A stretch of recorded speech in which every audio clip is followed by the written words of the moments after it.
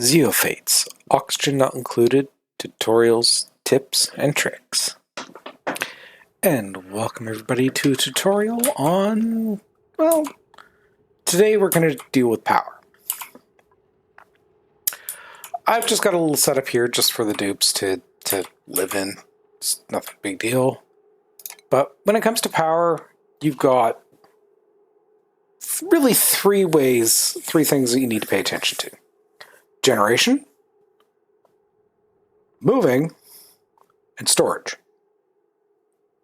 That's basically the three categories of power. Generation, first thing is, well, it's a manual. It's basically a hamster wheel. Generates 400 watts of power, and it takes a dupe to actually run up to it and utilize it.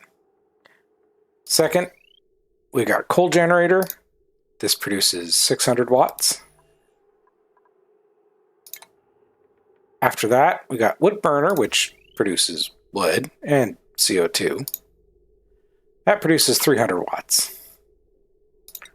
Hydrogen generator, which produces hydrogen, or uses hydrogen. That produces 800 watts. Got a natural gas generator. That produces 800 watts, uses, of course, natural gas. Petroleum generator, which you need to do a bunch of processing to get petroleum.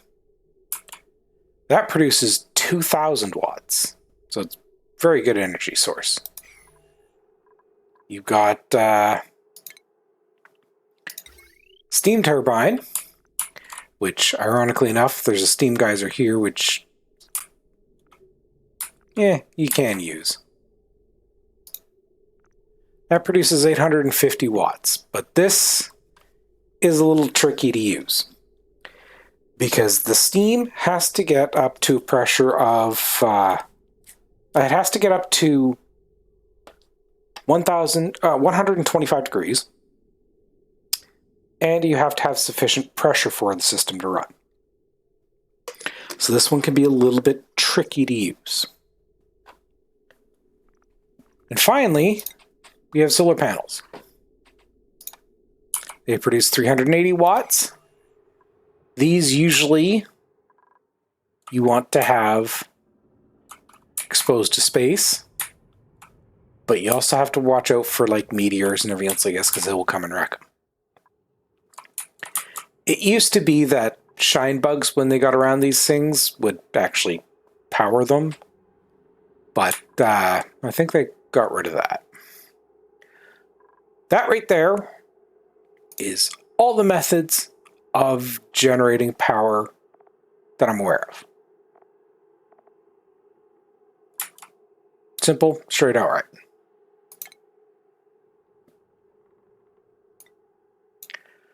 The one you're going to want to use will depend entirely on what the purpose is. I personally am generally going more towards the manual generators for small independent systems, and then I usually ramp to hydrogen because I really don't like getting a bunch of CO2. Okay, next bit of this is going to be power storage. You have your regular everyday battery. This thing can store 10 kilojoules. Downside is it loses energy rapidly. The jumbo batteries, which is the next tier up, they can store 40 kilojoules and they don't lose power anywhere near as fast as these. Next option is a smart battery. Smart batteries, really you don't want too many of these. Like, building out an array of smart batteries is pointless. Generally you want a smart battery for its automation connection. And then all the other batteries on the line are going to just be jumbos. The final method of storage is going to be something that's new, came out with the Bionic update DLC. And that's a power bank charger. That'll charge power banks. They're reusable power banks. And you can then utilize those power banks using either the compact discharger or the large dischargers to generate power. So really, if you have a small isolated system that you don't want to have to send dupe over to all the time, just transfer batteries. Just transfer batteries across and you should be good. So that's for storage. Next bit is where it gets a little bit interesting. There are 3 types of wires. You have your regular everyday wire. This can hold up to 1,000 watts. If the draw on the wires is above 1,000 watts continuously, you will do damage to the wires, you will do damage to the generators, and you will do damage to the structures getting power. That's the same for all things. So generally you want to have these wires only hooked up if your expected constant load is under 1,000 watts. So having a few different things that are really large power draws, but you're not going to use all that often, is perfectly fine. Next one, you've got the heavy wire. This one can hold up to 20 kilowatts for load, so it can transmit and store a lot of energy. Downside is most machines don't really like it. They can't handle that kind of energy input. The final one is you've got your really heavy power cable. This one can hold up to 50 kilowatts. Now, the normal wires, you can run these things through walls and keep them part of your structure. Same's not said for the other two. Can't build them. So, how do you get these things to work? I mean, how do you get power to go through? Well, to do that, you're actually going to need to destroy the blocks, and you're going to have to use the join plates. Unfortunately, there's no way around it.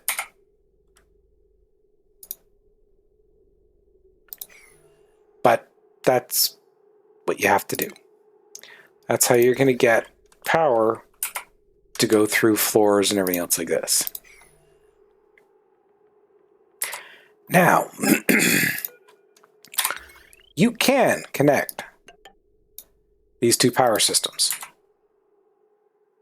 It is a very, very bad idea. Try not to do it. The reason why, because you will start destroying everything that is connected to it. So you may be asking, well, how do we convert? How do we deal with it? The way you want to do it is with these power transformers.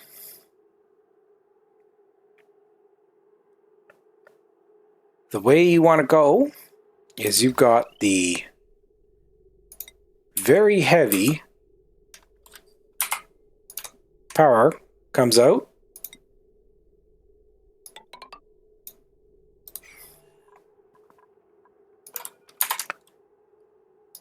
Just give me a second to get something built here.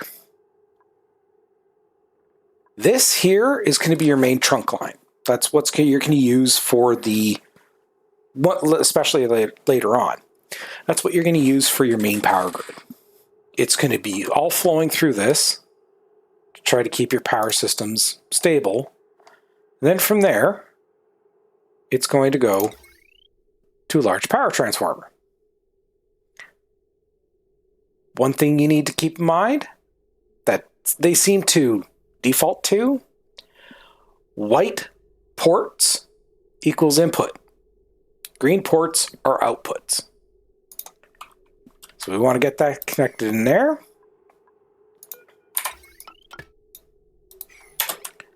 So now this unit here, provided I give it power, will turn around and it will transform the major load here. It's now going to go and output the lesser power level. Come down here and get the power transformer. And it's the exact same thing, except this one now goes and is able to connect to the very weaker wires.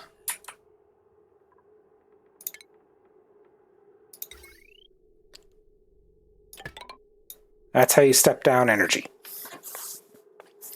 The reason you want to do this is so you don't damage things.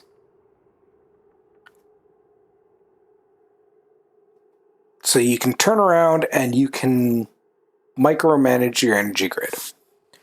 I'm more of a fan of doing something like I've done here. I have a single smart battery just simply because I needed power storage. I have the power generator, which generates 400 watts. The reason why I wanted to use this system is because that generator generates 400 watts. I use 120 for the siphon, and I'm using 240 for the pump. So all told, I'm using 360 watts of energy for this system. I would leave this as a complete standalone and not go any further. But for the larger power systems, you're going to need to step stuff down, step stuff up, and likewise. So that is the power overview. Hopefully this helps you out a little bit. Be able to figure stuff out. Feel free to experiment with the various different generators, depending on what resources you have available. So thank you all for watching. I hope you enjoyed, and we'll see you all next time.